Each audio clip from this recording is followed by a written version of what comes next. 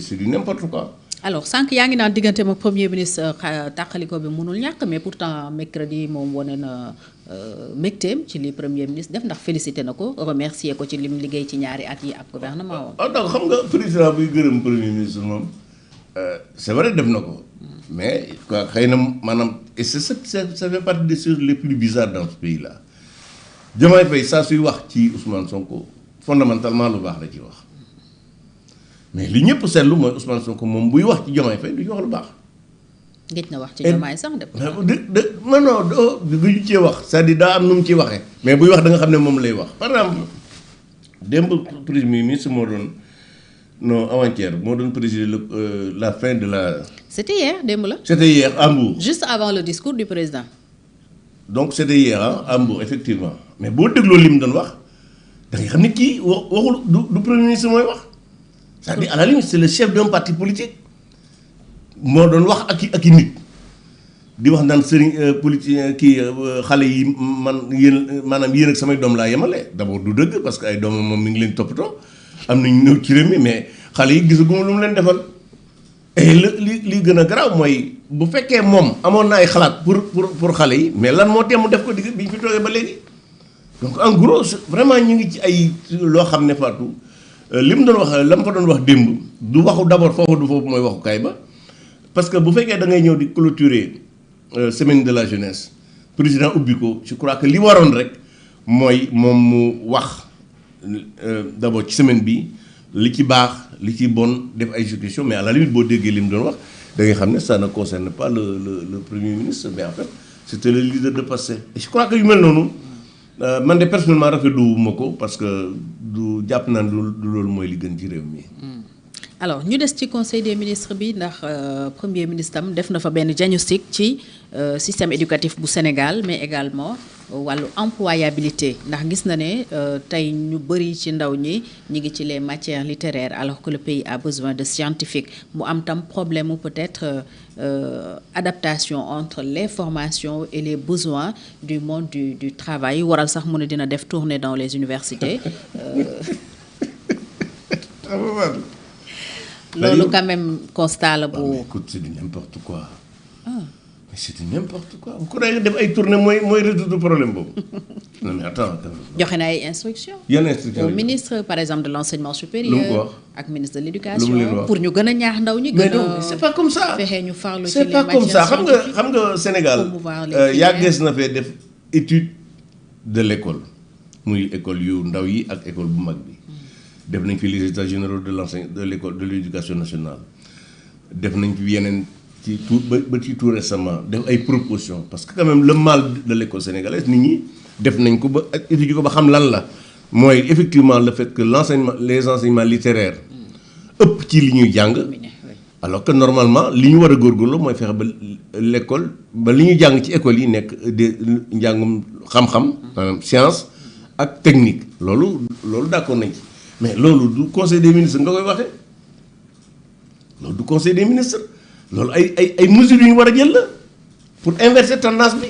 mais lan maanaam da nga may wax lan lañ def loo xam ne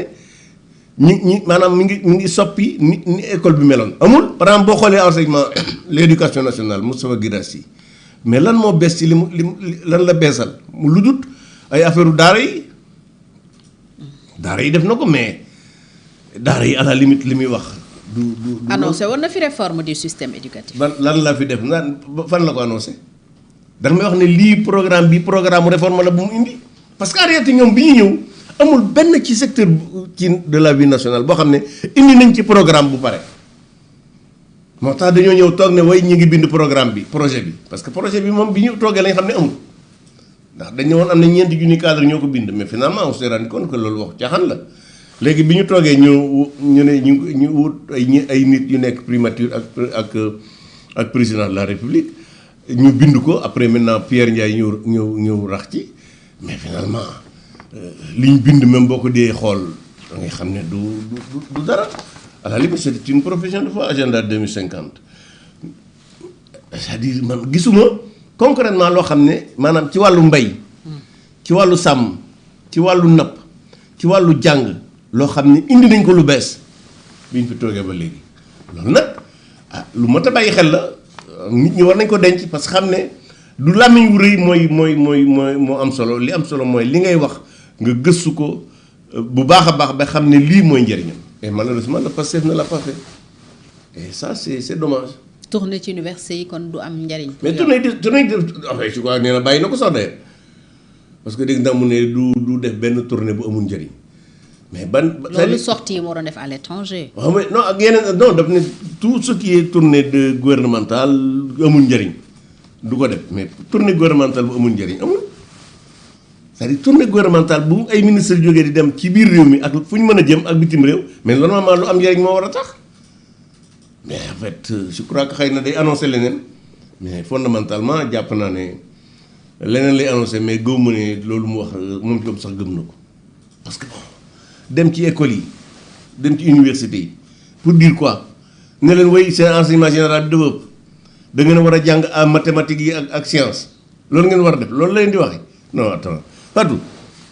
Sénégal moom nañu xam ne maanaam juróomi at yii moom wax dëgg yàlla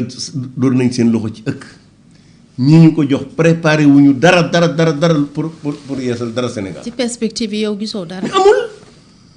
mais damay wax ne lii maanaam lii mooy perspective xam nga Fatou ku xarañ nga ku yeewu nga yow sa bopp yow gisoo benn perspective da nga may wax ne affaire mbay lii mooy lu bees. nga wax ma ne affaire sàmm lii mooy lu bees napp lii mooy lu bees affaire industrie affaire politique minière maintenant ñu ñëw ci njàng mi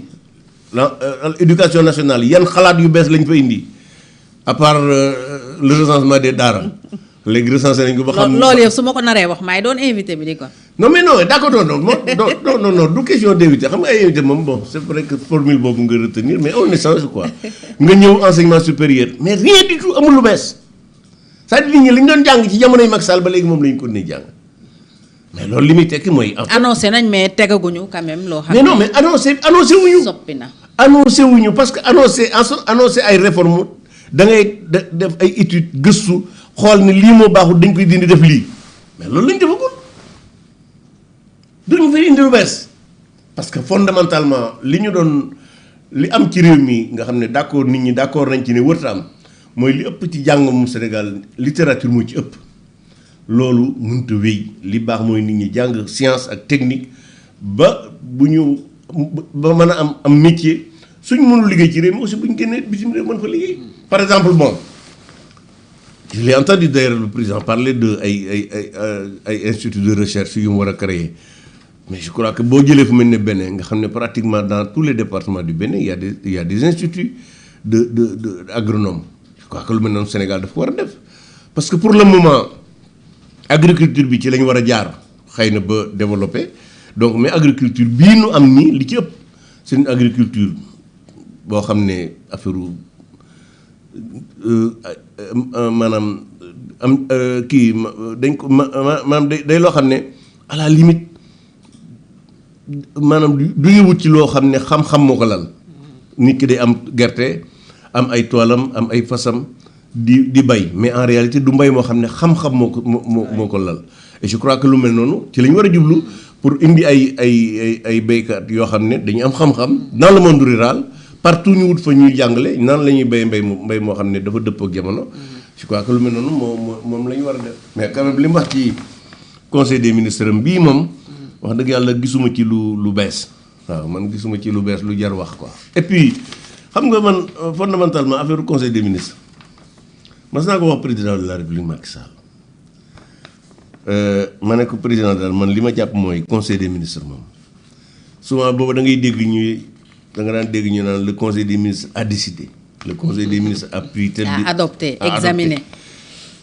demal nga liiri constitution ba léegi sax ñu koy wax demal nga liiri constitution bu Sénégal. conseil des ministres benn yoon lañ ko tudd ci constitution bi ñu naan président de la République préside le conseil des ministres. jeex na c'est-à-dire kooku ban pouvoir la am bay adopté nga bañ a adopté président de la République mooy jël décret mais pas le conseil des ministres. bu dee loi yu ñu war a yóbbu assemblée moom moo koy yóbbu wala premier ministre mais en réalité on dañu continuer rek ci li fi ni ñu doon doxale mais indi wuñu lu bees loo xam ne mën na ci teg bët. rupture systémique bi ñu waxoon. mais gis non mais à la limite bon xam nga loolu gëmloo nit ñi way bu ñu ñëwee dañuy def transformation systémique mais franchement bi ñu toogee ba léegi transféré wuñu dara systémique waxi noppi. en gros c'est dommage quoi vraiment moo tax xam nga gis nga Fatou nguur boo koy wut du ay caaxaan parce que quand même état yombut a yor et li dal waa Pastef dafa metti parce que wax nañ ba nit ñi daw wuti leen mais ñoom bi nit ñi daw wut si leen dañu waroon def beneen effort ñoom daw wuti xam-xam daw wuti ay réforme c'est-à-dire ñu xool mbay mi lan moo ci yàqu sàmm gi lan moo ci yàqu napp gi lan moo ci yàqu njàng mi lan moo ci baaxul ñu indi ay réforme yoo xam ne bu ñu ko teg bu ñu leen joxee réew mi ñu commencé ko doxal